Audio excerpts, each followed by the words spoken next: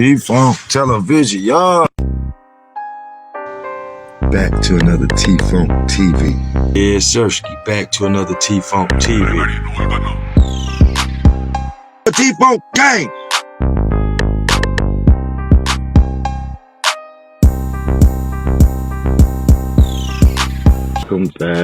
Welcome back to T-Funk TV.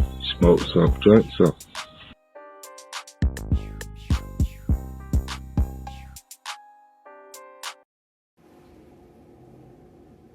Hey, yo.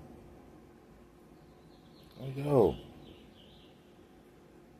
I can't hear you, man. Hey, yo. Hey, mother. Yeah. Back to another T-Funk Television, y'all. On in here and drink something with me. Smoke something with your boy. And let me take you on this journey, and I promise I won't leave you. Hey, y'all, it's a beautiful world out there. It's a very beautiful world out there, y'all.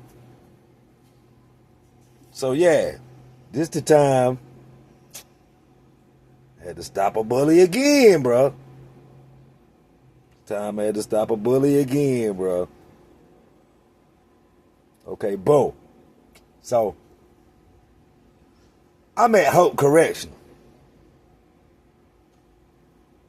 It's about this time. My birthday was Thursday, May 8th. It was around this time, somewhere around here. I think it was on my birthday or a day after.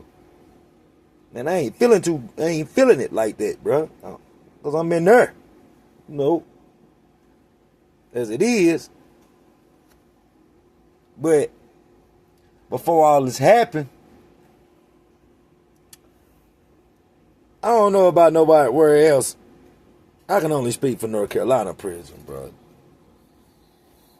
It's three things when you got money in prison, bro. You either gonna have nut riders, you gonna have dudes that hate on you,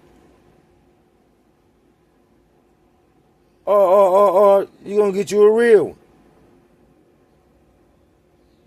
So niggas I hate on you when your account is doing good in there sometimes. So people be trying to find out what you got going on. So it was this one big dude, man. He had a big mole on his nose. Brown skinned dude weighs, he probably about 265 big and sloppy with that shit. 275, look stinking. Brown skinned dude, big gut kinda.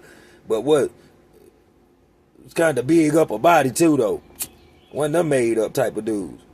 And his people used to funk with him a little bit, send him a little something out there. So one night, they was in D, I was in A. But you all in this big dorm together, you just in separate 90-man pod areas. And they be guard up there and the guard back there.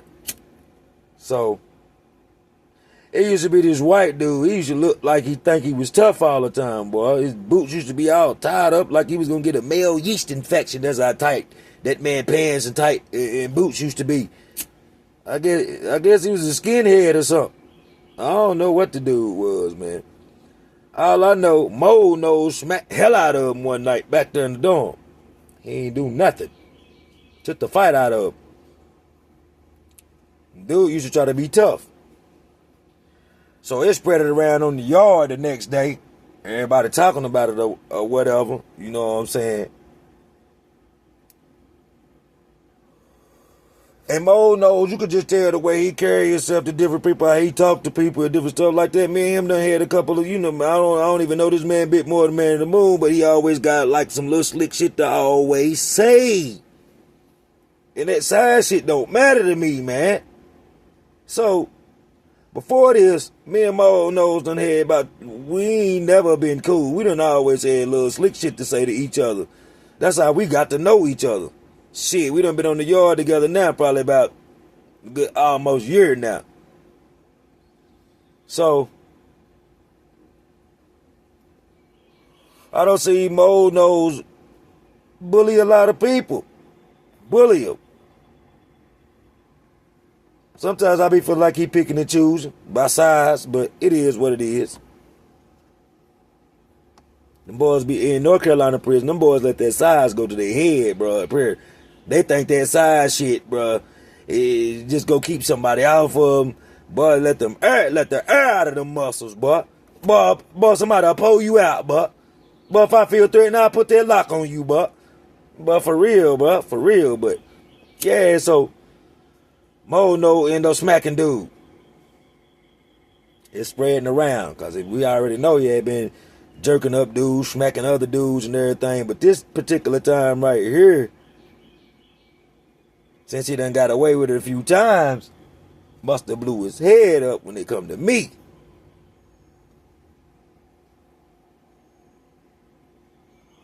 So like I said, I was born in Gastonia, North Carolina. That's right beside Shelby, where I was raised at in Shelby, North Carolina. So I hung with two big dudes.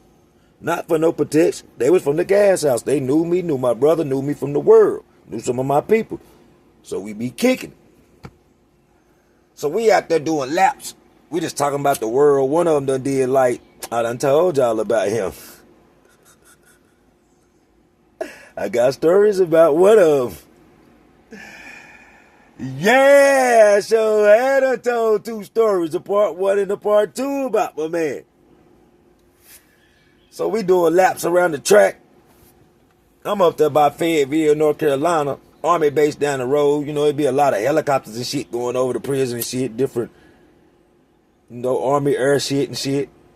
So we out there reminiscing about the world. Cause Cub finna get out pretty soon. He done did 12. He ain't got nothing but like 2 more years, a year left. And when you done did a lot of time to you, that's short. That might be a man whole sentence, but you done did that much time. That's short to you. So we're reminiscing about the world, talking about females, everybody we know and stuff like that. So his name Anthony, y'all. I don't call him Anthony, and I spelled it just like that, Anthony. Go watch the shows about Anthony. Part 1 and part 2 about Anthony and the Bloods and Anthony, yeah, go check it out. So look, me and Anthony come back around, him and my man from Gastonia. We come back around, so Anthony and I already live weight, so we come back around and we come to the basketball court. Ain't nobody playing. We ain't at this goal. We at the far goal down there, and there's one guard on the wall. We out there shooting around and shit. So Mo knows, feeling good because he done got a that gun funds received, y'all. I did too that day. That's how I know he got one. When the guards called him, this was the last yard, man. So they done gave him out mail. So when they call him for his money, they call me for mine. You get an envelope and it be stamped red, funds received. See, they don't do that no more because they don't let you get mail in there no more in North Carolina. But that's what they say. You know your people done sent you some money. So I guess he feeling good, bro. He come outside while we on the court. We shoot ball. And, bro, he always, I can't specifically tell y'all what he said. He ain't say nothing to the two big dudes. But he always got to say something slick to me, bro. And y'all know my mouth and my attitude, man. I don't say something slick back to Cuz like that.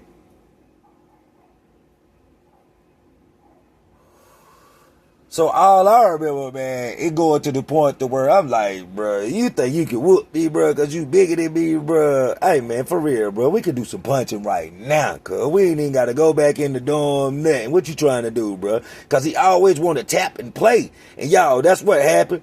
We was tapping and playing, and I done got in there on him. And my homeboy's like, ooh, and that's done made him mad, y'all. I remember exactly what happened. And then I'm like, bro, what? And then it kind of got too good because I done pap, to the point to where me and him really fitting the fight. And the guard like, y'all stop. Then my homeboy, Anthony, them, they like, ooh, look at little shell tail. Ooh. So I'm like, after that, I'm like, hey, man, you want to hit, cuz? Cuz, you want to hit, cuz? We can go back in the dorm. I'm mad now. I'm like, we can go onto this red door, cuz, if you want to hit. So I done went back on up in there. I slept on the top bunk. I done jumped back up on my bunk. So I done jumped on my bunk. I'm sitting there. Man, I'm sitting there about 5 minutes. Ain't nobody walking there. I'm sitting there about 10 minutes. Ain't nobody walking there. So I remember they starting to say, yard call, y'all. It's about time for y'all to get ready to come to yard. And y'all, It's about right here at the G.O.D. That man walked in. It's a walkway, but you come in. You got A, B, C, D like that. And it's a hall right there. Microwave, barber chair, all kind of little setup shit, which you can walk through the hall. If you want to go in one of the dorms, when you turn in, they got it where they can lock it if they want to. But you come in, day room over here, bathroom right here, then it's a hall, row of bunks, row of bunks. I sleep back there at the back where everybody go fight at, y'all. I'm sitting up there on my bunk, my shoes tied up, everything. I'm hot. I'm really feeling it in my heart, by the way. We just tapped. That's why a lot of people don't like to play in prison, because they be sizing you up, trying to find out where your hands at. And he seen it. After I done pop, pop, pop, pop, a couple times in the mouth and head and stuff, because we got physical. Oh, he hit me a little bit, but I was getting in there on big boy. So look, we kind of fought a little bit, y'all. We was hitting each other a little bit, and then the police stopped it. So it really was a fight a little bit. So I'm ready to continue it, you know. So shit. Cuz walk in, y'all, with some zooms and whams in his hand. And walk in looking for somebody and say their name and look around and look dead at me on the bump and turn around and go back out. And from that point on, that man didn't never disrespect me and say nothing else to me no more out the way. That's why you got to stand up for yourself in prison, cuz. Sometimes it'll take that right there. Right there. Big dude knew I was going to come up in there with him, bro. He seen that outside. He seen that outside because it started out we was tapping. Yeah, he was trying to see where my hands was at first. Then it got physical. It got physical a little bit. Like our fist was balled up. We really was hitting each other. And I got more punches than he did. I got up in there on him. You know what I'm saying? The police was like, hey, y'all stop, y'all stop. Y'all stop, Taser, break that up, y'all stop. Then he stopped and we started looking around, man. I was ready to keep on going. Fuck it. We were just going to go to jail. But yeah, for real, y'all, sometimes in prison, you're going to be put in situations where you got to stand up for yourself. Whether you have to get knocked out, beat up or something like that, bro. Hey, I bet you they'll say, hey, he went all the way out with it. He going to stand up for his manhood. That's all that counts, bro. I ain't starting nothing with dude. Dude was picking and choosing by size, man. And that's what they do in North Carolina prison a lot. They pick and choose by size, man. That's why everybody want to stay on the weight pal. Or stay, but you know what? I ain't stay on the weight pal. I did cardiovascular. You know what I'm saying? As long as I keep my wind up, I'm going to be able to roll with anybody. Whole bunch of push-ups. Burpees. Mike Tyson punch-out workout. Sit-ups, push-ups, burnouts. Yeah. So when dude walked up in the dorm and looked around, man, and looked at me and kept on walking back out. After that, bro, like I said, I ain't had no problems with dude no more. No more. No more. No more. Because to me, his fight game wasn't all that. He just was big. You know, I was finna take that little reputation he had took by smacking dude. I was finna take that. I was about to take that. I was going to try anyway. And we would have been fighting in a little small, closed-in area, so he might have got a little bit better, the best of me a little more than what he did outside. But, hey, I was finna find out. It's another T-Funk Television. Banger. Peace and love. I'm out. Gang.